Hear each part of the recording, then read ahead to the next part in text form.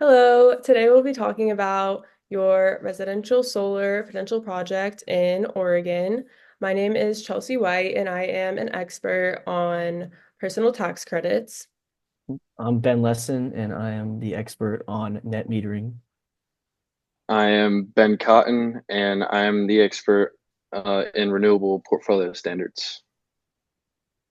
And my name is Gouvern Smith, and I'm an expert regarding incentives on property tax. Yeah, so before we get into some policies and incentives that we recommend, we're going to give a little introduction on your property and the type of project we recommend for it. So your property is 8718 Northwest Terrace View Court in Portland, Oregon, and we think this is a great property for a residential solar PV system on your roof because you have a lot of flat roofing area and it provides plenty of room to install the solar panels that will provide enough electricity to power your home. Yeah, and getting a little bit into the type, so we're going to recommend obviously a residential system using photovoltaic um, panels. For the scaling, we think a 6 kilowatt system would be fine to cover a decent amount of your electricity, consisting of about 15 high efficiency 400-watt solar panels. And we're going to estimate that this, along based on your roofing and the shade, we're going to estimate that this is going to generate about 9,000 kilowatt hours per year of electricity. And for some of the goals, we'd like this to cover 50 to 75% of your electricity. So trying to take out a big portion of that and really save you money on that. And then obviously saving money on electricity. Now we're going to start getting into some of the policies that we feel are going to be most beneficial to you and for you to understand moving forward with this. So first, net metering. So what is net metering? So net metering is a policy that kind of allows homeowners to send all their excess electricity generated by their solar panels back to the grid. So um, the utility company then has to provide you with credits for that electricity that you send back. So this is especially beneficial for residential solar systems because solar production is normally highest during the day. And as a lot of people have experienced in their lives, aren't home during the day, most days during the week. So having that, you can see on this little graphic, most electricity is going to be used in the mornings and night, but you're going to be generating the most. So having that credit is going to allow you to buy back that energy um, without having to actually pay anything out of pocket. Go to the next slide. Yeah, so specifically getting into Oregon's net metering. So every state's going to have their own different things, but so Oregon, the Public Utility Commission mandates net metering for all investor-owned utilities. So that includes whether you're getting your energy from Portland General Electric or Pacific Power. So they have to accept this net metering system. And residential systems can be up to 25 kilowatts to be eligible for this net metering. So that's more than enough for most homeowners because most systems are going to be around 6 kilowatts, which is what we're proposing for you. And the Public Utilities Commission has also adopted some new rules, which might not affect you now, but in the future, if you want to have another project that has raised the individual system limit to 2 megawatts for non-residential applications. So if you had another area that you wanted to work on this. Uh, if you could go to the next slide, please.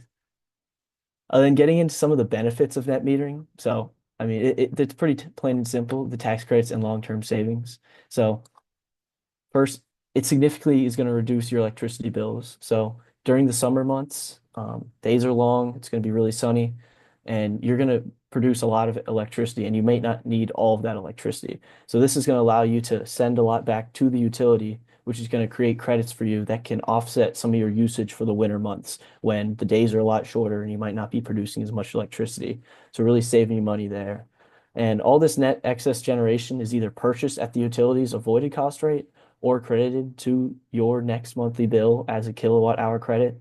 So then at the end of the annual period for some, or some have a rolling um, period, any of these unused credits would be granted back to the electric utility. Then that can, moving forward with that, it's going to be, it's going to go to different areas. Then second, net metering is going to improve your overall return on investment. So a typical residential solar system in Oregon, you're going to save about 600 to 1,000 annually, depending on your energy usage and size. So this is going to be a good long-term savings goal option that allows you to save money on your electricity, but also have the flexibility to get those credits for when you don't need it. So net metering is essentially just a game changer in terms of residential solar, and you can offset your electricity costs and leverage the credits to make it not only sustainable, but also financially pretty smart. So this is something that I think you should really take a look into when moving forward with your project. And for the next policy, I'll be passing it off to Ben Cotton. All right, and for this policy, I'll be talking about their renewable portfolio standard. First off, what is a renewable portfolio standard, or RPS for short? The renewable portfolio standard will allow a state to provide an increased percentage in their electricity from renewable resources like solar, wind, and hydropower, which will again help them transition to more of those cleaner energies. Oregon's renewable portfolio standard was established in 2007. And then Oregon also has another, I guess, states will also have another group of people working to lower their greenhouse gas emissions. Oregon's is called the Clean Energy Targets, and I'll talk about that later on a later slide. But the renewable portfolio standard requires their legislation to retail electricity providers to reduce their emission levels. They want to reduce their emissions by 80% by 2030, so in the next 6 or 5 years. And then they want to reduce it by 90% by 2035 and 100% by 2045. So Oregon is doing a pretty good job of having everything set up and the way they want it. It's just going to come down to whoever has all their, or whatever hydro they have installed, wind installed, and who has solar panels on their home. The sectors that will work are investor-owned utilities, municipal utilities, cooperative utilities, and retail suppliers. Oregon's current cost gap is at 4% right now. And you might be asking yourself, what is a cost gap? Well, a cost gap is a strategy that allows you to set a maximum cost per result of the campaign. So Oregon has a set cost in mind, and by using their renewable portfolio standard strategy, they're hoping to reach that maximum by the end of their campaign.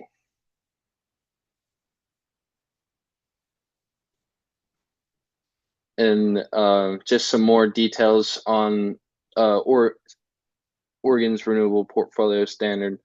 Like I mentioned, Oregon has a company called the Clean Energy Targets, which is a little different from Oregon's renewable portfolio standard. But like I said, they do work together to achieve the same goal.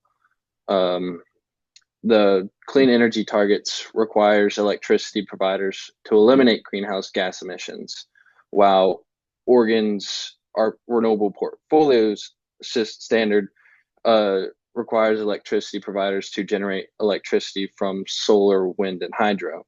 So the Clean Energy Targets are attacking greenhouse gas emissions directly, and then the renewable portfolio standard uses the electricity gained from solar, wind, and hydro.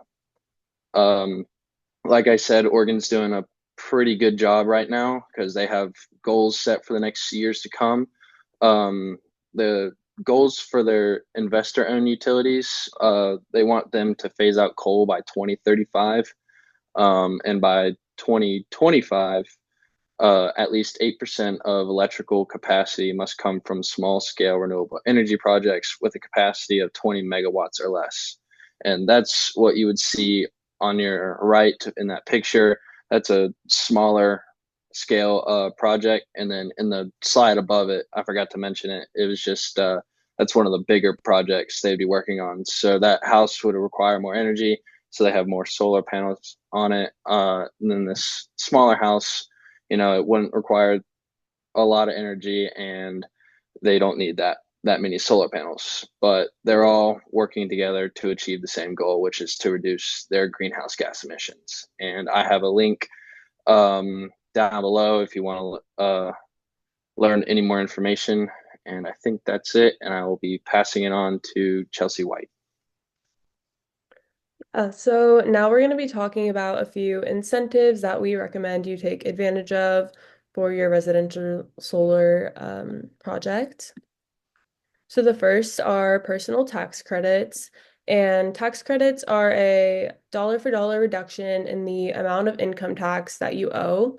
So for example, if you receive a $10,000 tax credit, you will pay $10,000 less on your federal taxes. And then the federal residential solar energy credit is a tax credit that can be claimed on federal income taxes. And there are a few requirements to claim this tax credit, some of them being the solar energy system is purchased and owned, the PV solar system is installed at your home, the home is not for rent to someone else, the home is in the United States, and the solar energy system is new. Those are some of the most general requirements. There's also a link on the slide that goes into more detail on all the requirements, but we have looked those over for you. And we do believe you're eligible for a 30% tax credit as long as you install your system before 2033. So this means you'll be able to get 30% of the entire cost you spend to install the system back as a tax credit. And for more details on what costs are included for the tax credit coverage, it covers pretty much everything, all the costs you're going to see when you're installing this system. So that includes the solar panels and cells themselves, as well as contractor labor costs for on-site preparation, assembly, installation, including permitting fees, inspection costs, and developer fees. And then this also includes a balance of system equipment, including wiring, inverters, and mounting equipment. It also includes energy storage devices that have a capacity rating of 3 kilowatt hours or greater, and all of the sale taxes that are associated with all these costs that are eligible. And then there is another link to the US Department of Energy that goes into more detail on everything that is included and covered in this tax credit, as well as a frequently asked questions section for people who plan on applying for personal tax credits, as well as how you can apply for the personal tax credit.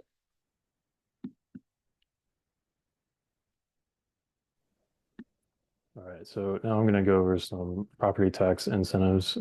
So for the state of Oregon, there's a tax exemption for renewable energy systems.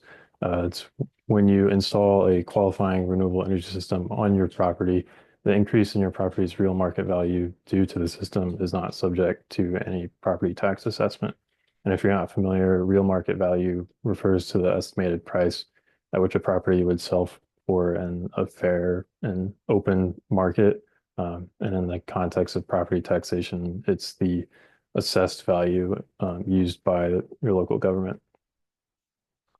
So in other words, even if your renewable energy system increases the value of your property, you won't be taxed on that added value.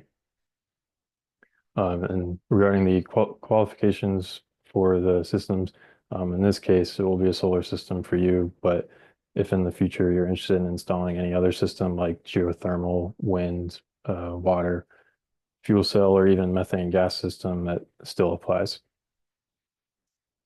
For eligibility, this exemption is available for systems that are net metered, which was explained about before, but it's when the excess electricity gets fed back into the grid, and you get a credit for that power that's generated.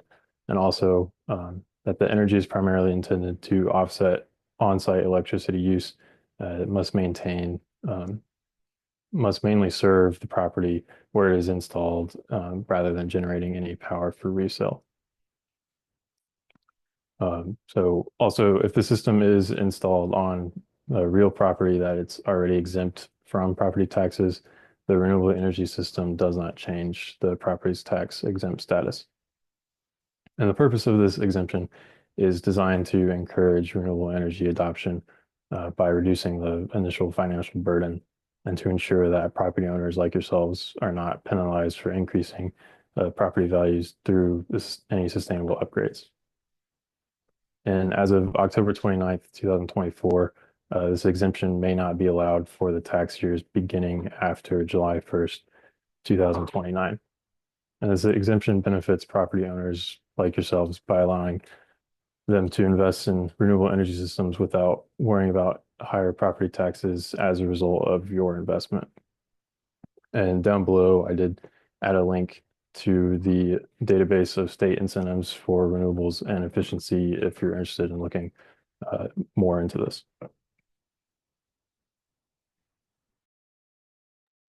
Yeah, so those are the policies and incentives we recommend you take advantage of when installing your residential solar project. Please let us know if you have any questions about any of this, and feel free to look at the different websites we included for more information and let us know what you think. Thanks.